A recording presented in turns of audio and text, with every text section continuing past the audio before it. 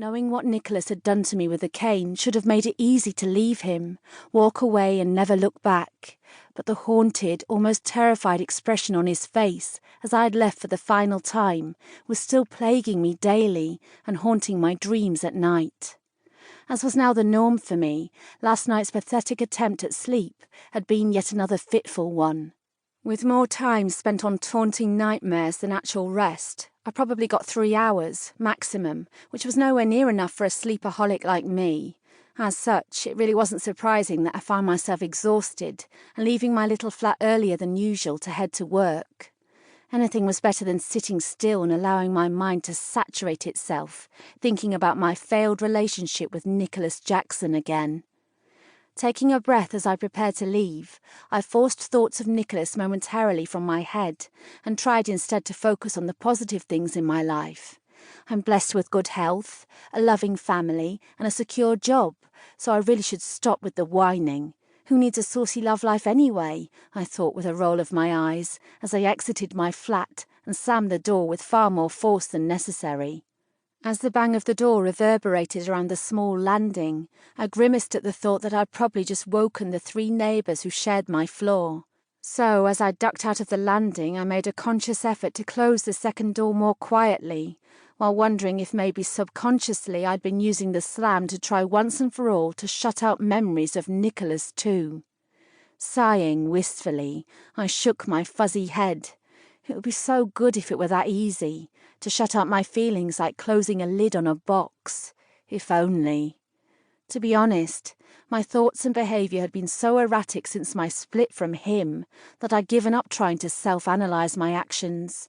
I doubted that even a week-long session with a team of top psychologists could unravel the myriad of messed-up issues currently lurking in my head. Striding across the landing, I made my way down the stairs and out into a bright, cool morning, tucking my hands into the pockets of my worn leather jacket as I went. It was a beautiful day, and I almost smiled to myself as I glanced around. As pathetic as it might seem, there hadn't been too many smiles on my lips recently, another thing to blame on Nicholas. Seeing the already busy street, I tried to straighten my shoulders and appreciate my situation in life, because I'm lucky enough to live in Camden Town, a very popular and sought-after part of London.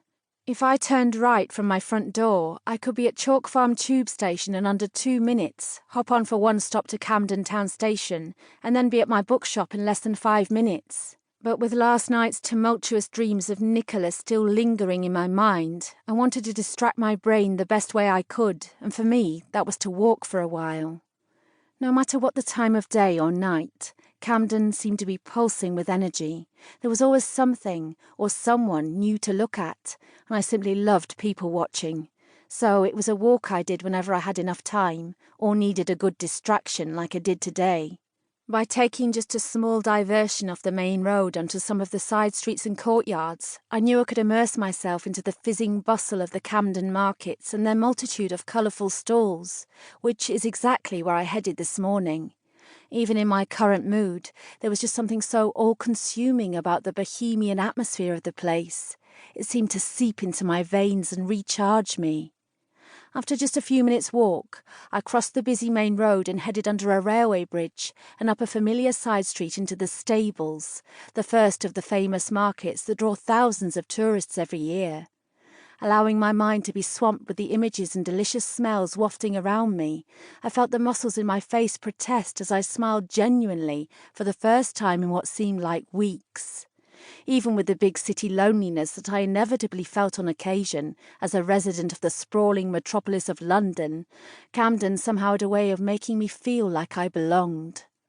Cutting under a brick archway, I made my way up a short flight of stairs to a bridge that curved over the railway, but just as I was about to descend on the other side, a sound caught my ears, and I came to an abrupt halt. The man behind me ran straight into my back, nudging me rather painfully with what I hoped was the point of an umbrella, but to be honest, I was so distracted I didn't care.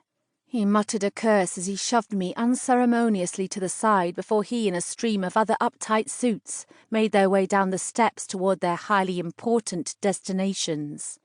For several seconds, I was unable to move, frozen to the spot as my ears searched for the sound that had stopped me so suddenly in the